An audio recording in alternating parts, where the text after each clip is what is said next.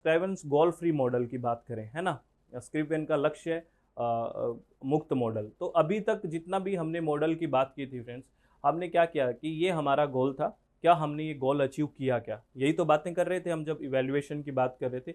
ये एक ऐसा मॉडल है जो माइकल स्क्रिवेन ने 1972 में इसकी धारणा बनाई थी। इन्होंने कहा कि क्या हर जगह ये ध्यान में रखना कि ये हमारा गोल था, क्या अचीव किया, ये ज़रूरी है।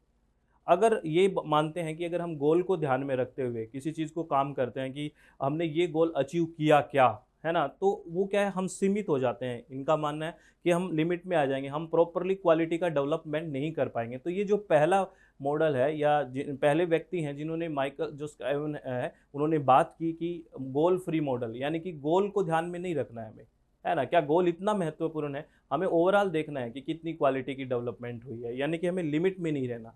तो ये आपसे पूछा जा सकता है ना। Michael Scriven 1972 was the first to question the assumption that goal or objective are crucial in the evaluation process।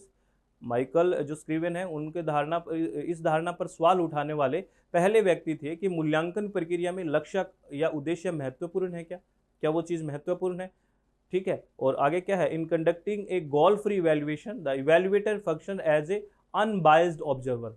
अगर आपके पास कोई गोल है ही नहीं, गोल का मतलब आपके पास ये नहीं है कि इस चीज़ों को मेरे को देखना है ना, ये है ही नहीं, तो जो इवैल्यूएटर होगा, मूल्यांकन करता होगा, वो अनबायस्ड रूप से काम कर पाएगा। वरना तो क्या है कि भी अब बस उसी गोल पे फोकस रहेगा कि यही चीज़ें हुई है कि नहीं, तो वहाँ बायसनेस आ सकती है। लेकिन वो कह रहा है कि आपको कुछ नहीं, आपको ओवरऑल देखना है, कोई गोल सेट माइंड में नहीं है कि ये चीज़ इसमें परिवर्तन हुई है क्या।